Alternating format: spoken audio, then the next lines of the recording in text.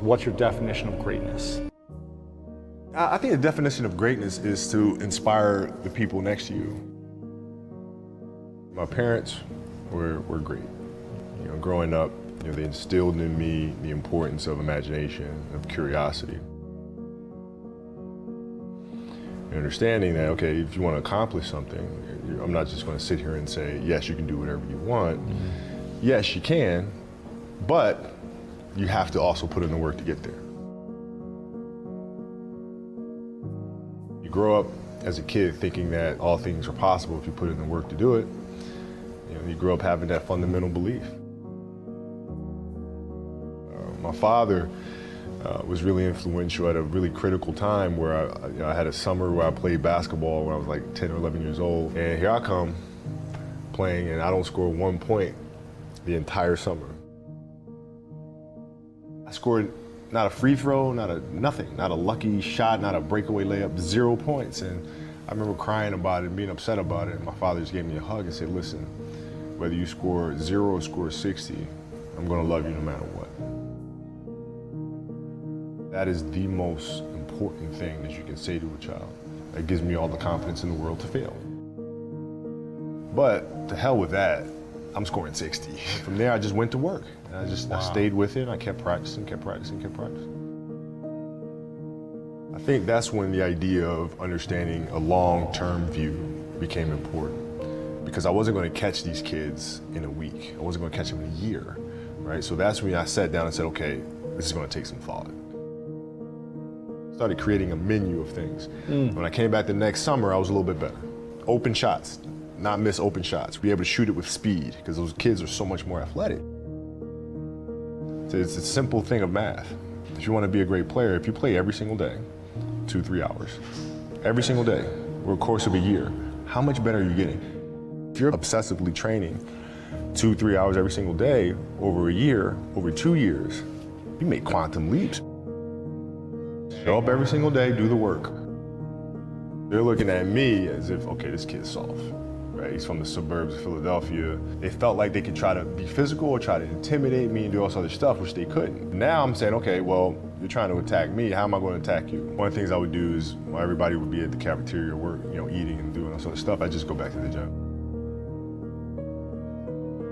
Yeah, I may be from the suburbs, but you're not going to outwork me.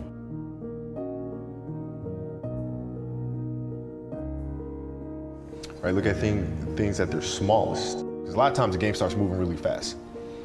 But if you train yourself to watch hours and hours of film, the game's not moving that fast anymore. I mean, it's an obsessiveness that comes along with it. You want things to be as perfect as they can be, understanding that nothing is ever perfect. But the challenge is try to get them as perfect as they can be. So how can we teach our children what it means to work hard? Well, you do it through training. Right? So when I get up in the morning, my daughter goes with me. 4 a.m., my 15-year-old goes with me. It becomes a daddy-daughter thing. Through that process, she understands the value of hard work. So it's through those behaviors is where I find the motivation to do it. Well, what does losing feel like to you?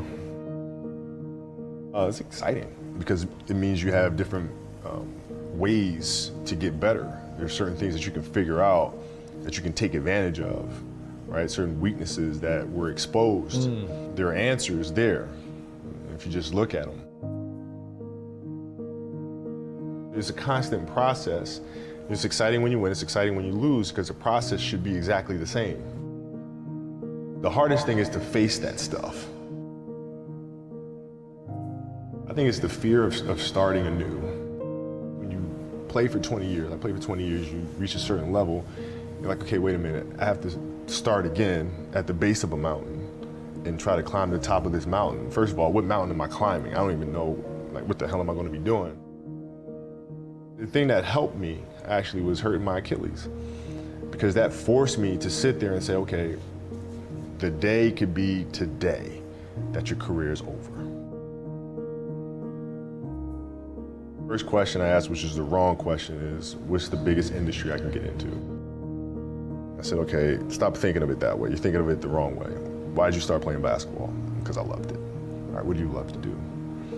Oh, well, I love to tell stories. All right, let's do that. I think stories is what moves the world. Nothing in this world moves without story.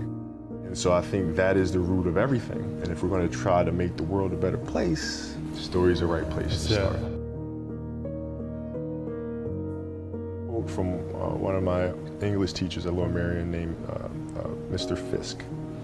He had a great quote that said, "Rest at the end, not in the middle."